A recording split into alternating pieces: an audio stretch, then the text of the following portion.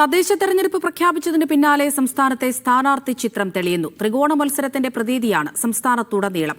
കൊച്ചി കോർപ്പറേഷനിൽ കോൺഗ്രസും കൊല്ലം, കോഴിക്കോട് കോർപ്പറേഷനുകളിൽ ബിജെപിയും ഇന്ന് സ്ഥാനാർത്ഥികളെ പ്രഖ്യാപിച്ചു. ബാക്കിയിടങ്ങളിലെ സ്ഥാനാർത്ഥികളെ ഉടൻ പ്രഖ്യാപിക്കാനുള്ള തീവ്ര ശ്രമത്തിലാണ് മുന്നണികൾ. തിരുവനന്തപുരത്തിന് പിന്നാലെ കൊച്ചി കോർപ്പറേഷനിലും LDF, UDF സ്ഥാനാർത്ഥികളായി 40 പേരടങ്ങുന്ന പട്ടികയാണ് കോൺഗ്രസ് ഇന്ന് പ്രഖ്യാപിച്ചത്.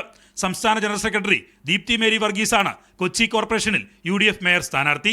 കൊച്ചി നഗരത്തിലെ ജനങ്ങൾ പുതിയ ഒരു ഭരണസമിതി വരണമെന്നുള്ള കാര്യത്തിൽ ആഗ്രഹിക്കുന്നു എന്നുള്ളത് കൊച്ചിയിലെ നഗരത്തിലെ ജനങ്ങൾക്കറിയാം. അതുകൊണ്ട് തന്നെ UDFനെ സംബന്ധിച്ച് വലിയ പ്രതീക്ഷയാണുള്ളത്. കൊല്ലം, കോഴിക്കോട് കോർപ്പറേഷനുകളിൽ ബിജെപിയും സ്ഥാനാർത്ഥികളെ പ്രഖ്യാപിച്ചു. വിഐപികളെ കൂടി ഉൾപ്പെടുത്തിയ UDF, BJP സ്ഥാനാർത്ഥി പട്ടികയിൽ യുവാക്കളും പരിചയസമ്പന്നരും ഇടം പിടിച്ചു. തെരഞ്ഞെടുപ്പ് പ്രഖ്യാപനം വന്നതോടെ എല്ലാവരും പ്രചാരണത്തിൽ സജീവം.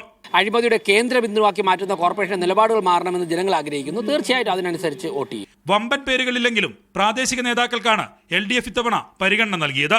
നമുക്ക് വികസനമാണ് ആവശ്യം. സ്വാഭാവികമായിട്ട് ജനങ്ങൾ അതിനോടൊപ്പം നിൽക്കുകയുള്ളൂ. ഈ കാലഘട്ടം അങ്ങനത്തെ ഒരു കാലഘട്ടം ആണ് എന്നുള്ളതാണ്.